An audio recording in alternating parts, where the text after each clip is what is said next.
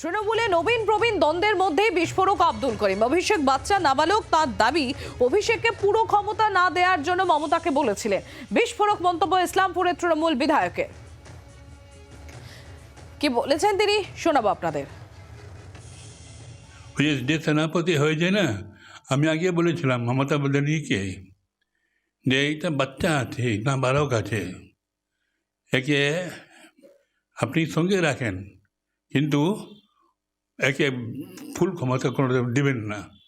যে বাচ্চা আছে, নাদান বাচ্চা, নাবালক, ওকে বলেছি। তো আমি সিকিউর সম্বন্ধে বলবো যে কিপস পেশেন্স, হ্যাভ পেশেন্স। তোমার আগে দেরি আছে 15 বছর 20 বছর পশ্চিমবাংলার হাল ধরার জন্যে। এখন মমতা দিই থাকতে দাও, তোমার পিসিকেই থাকতে দাও। এই যে বলতেছি তোমাকে, তুমি এরকম করে এদের কোথায় নাচবে না। ভবানন্দ সিংহ আমাদের প্রতিনিধি রয়েছেন আমাদের সঙ্গে। ভবানন্দ, আবারও বিস্ফোরক ইসলামপুরের তৃণমূল বিধায়ক, কিসের প্রেক্ষিতে তার এই বক্তব্য? দেখো, সম্প্রতি চিরকালই আব্দুল করিম চৌধুরী উত্তর দিনাজপুর জেলার রাজনীতিতে মাঝে মাঝে তিনি বিতর্কিত মন্তব্য করে থাকেন এবং তিনি বেশ কড়া ভাষাতেই কিন্তু প্রত্যেকটা কথা তার যে বক্তব্য তিনি তুলে ধরেন। এবং এদিনও কিন্তু সাংবাদিকদের প্রশ্ন ছিল যে এই যে নবীন প্রবীণ নিয়ে বিতর্ক চলছে, সেই বিতর্ক নিয়ে আপনি কি বলবেন। এই প্রশ্নের বিতর্কে কিন্তু তিনি যেভাবে করে অভিষেক বন্দ্যোপাধ্যায়ের নাম না করেও একদম সরাসরি অভিষেক বন্দ্যোপাধ্যায়কে আক্রমণ করেছেন, তাকে নাবালক বলেছেন, নাদান বলেছেন এবং তাকে আরো 15-20 বছর শিখতে হবে। তিনি এটাও বলেছেন যে মমতা বন্দ্যোপাধ্যায়কে তিনি অনুরোধ করেছিলেন যে অভিষেক বন্দ্যোপাধ্যায় শিখুক, আরো 15-20 বছর শেখার পরে সে দায়িত্বে আসুক। মমতা বন্দ্যোপাধ্যায় সেই জন্যই তাকে হাত ধরে উপরে তুলে আনছিলেন, কিন্তু তিনি যদি ক্ষমতায় আসতে চান তাহলে সমস্যায় পড়ে যাবেন তিনি এবং দলেরও ক্ষতি হতে পারে বলে তিনি কিন্তু সরাসরি একদম এই আওয়াজ দিয়ে, ইঙ্গিত দিয়ে তিনি কিন্তু পরিষ্কার তার বক্তব্য রেখেছেন। এবং স্বাভাবিকভাবে এই বিষয় নিয়ে কিন্তু যথেষ্ট আলোড়ন সৃষ্টি হচ্ছে ইতিমধ্যে উত্তর দিনাজপুর জেলার রাজনীতিতে। সম্প্রতি ভবানন্দ, তুমি আমাদের সঙ্গে থাকো।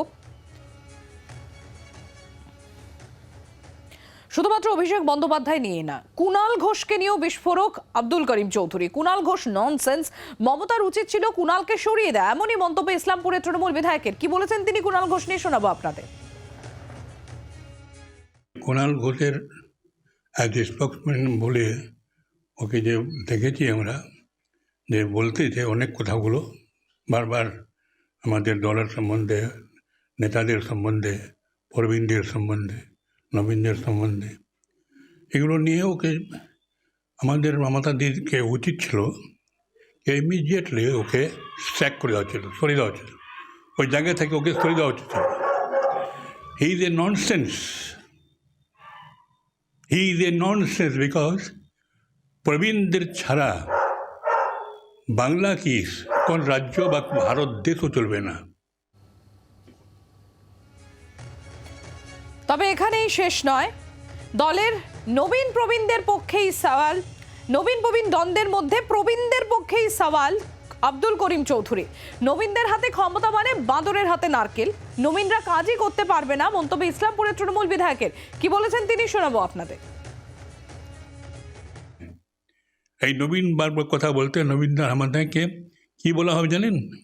বান্দরের হাতে নারিকল, বান্দরের হাতে নারিকল দেওয়া। চালতে পারে না কি এরা চালতে পারবে না। যে মমতা ব্যানার্জিকে আরও 15 বছর 20 বছর থাকতে হবে পশ্চিমবাংলার জন্যে। অন্য কোনো দলের মধ্যে এরকম উপযুক্ত যোগ্য ব্যক্তি নেই যে পশ্চিমবাংলার হাল ধরবে।